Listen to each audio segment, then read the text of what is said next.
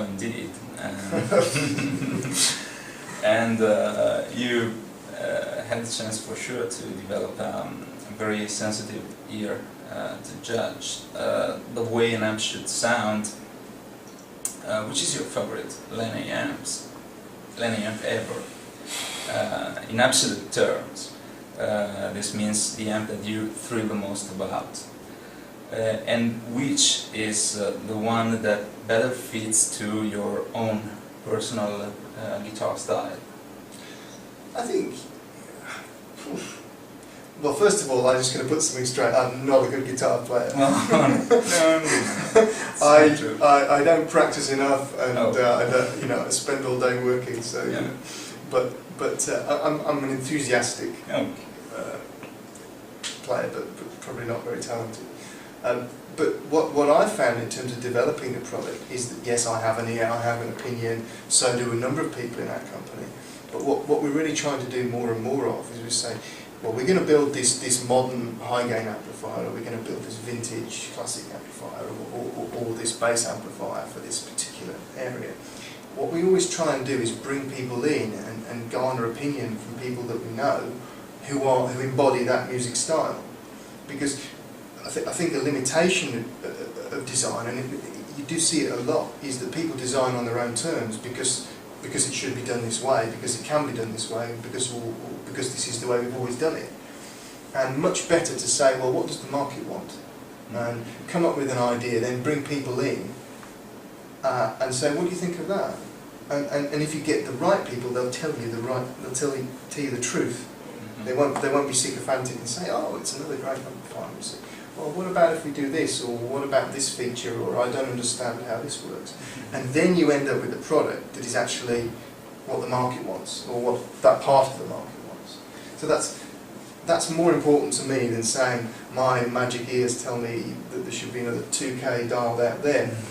That's nonsense. It's much better to be about what the people think, and then you build up interest.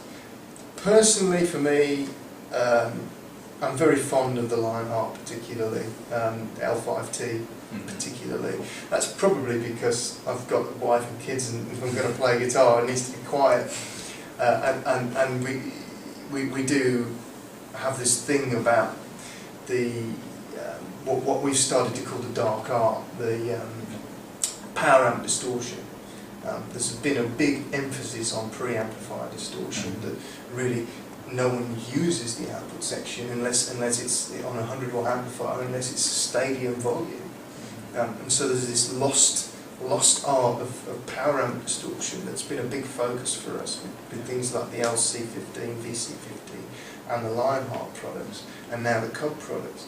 It's all about getting a tube amplifier that you can use in your bedroom or in the studio or in a normal sized gig rather than a dream sized gig, and get a good sound.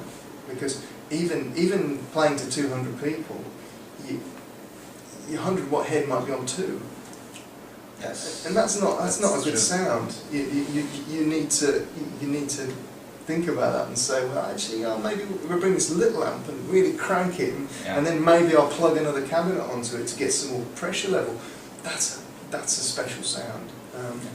I'm probably talking everybody down to buying smaller products, but that's kind of our ethos, that it's about having a product for all the different possibilities. Of course, some guys want 100 watts because it's the dream, but there's a lot of points in between. Okay.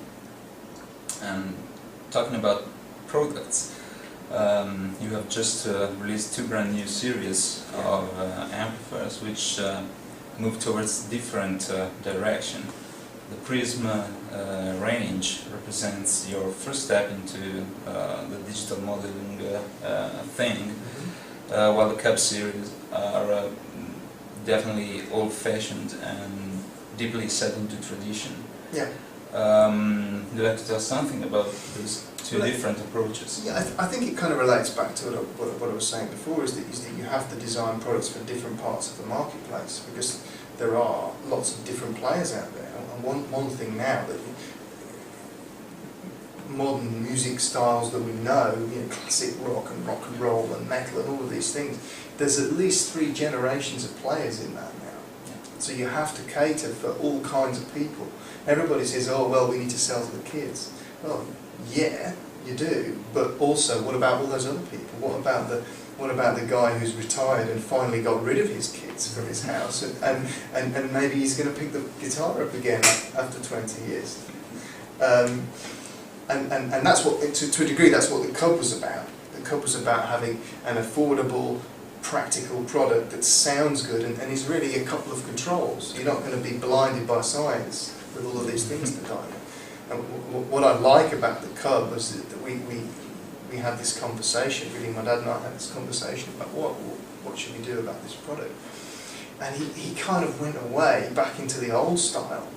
And we didn't design it on a computer, and we didn't do all the things that we normally do about doing it in 3D and working it all out, designing it. He went away. This was winter last year, and I spoke to my mother the next day, and she said, your dad was in the garage last night. It was -5 degrees outside, and he was cutting pieces of wood on a saw in the garage. What's going on?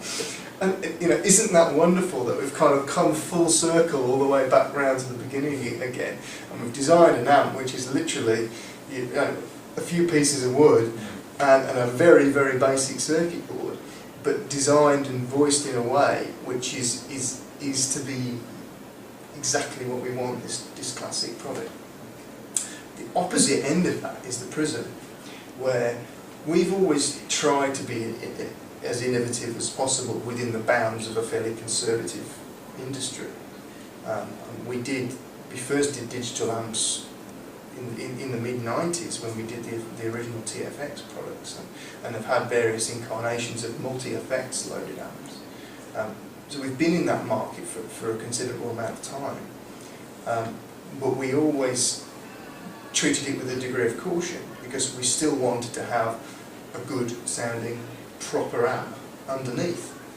Now the step into the next level of digital, where we are using not only effects on one end of things, but we're also using different technology to have different preamplifier sounds, has been something that we've been developing for quite a while, but been very cautious of, because it would be very easy for us to find a fairly generic digital solution, put it in one of our products, and say, there we go, ta-da, that's our digital amplifier. We really were quite pedantic about getting an amp that sounds unique and responds like a proper amp. And one of the things about the Prism is that we have spent a lot of time modelling certain sounds. If you dial in the Lionheart sound on the Prism, that's something that we really, literally down to the noughts and ones, did the algorithms to make a product that responded like the Lionheart does, which is quite a unique response. It's not a stereotypical either a Class A sound or a push-pull sound or a transistor sound. It's quite a unique thing, and there's a lot of specific harmonic content that's different. And it was things like that to say, well, if we're going to do a digital amp, we need to make it a good one. It doesn't need to be a me-too product. It needs to be, yes, it needs to be affordable, it needs to be in tune with the market, it needs to have all the right features, but it needs to sound special. And I think we've done that. Because we've got a lot of bright guys in our design team who spend a lot of time coming up with these ideas. So I think whilst we are a company that's entrenched in a certain amount of tradition and vows and simplicity in design, we've done a lot of innovative things along the way, and this is probably the latest example, but it won't be the last example. Okay, thank you very much for your time, and thank you. It was very pleasure. It's an absolute pleasure to be here. Thank you. Thank you again.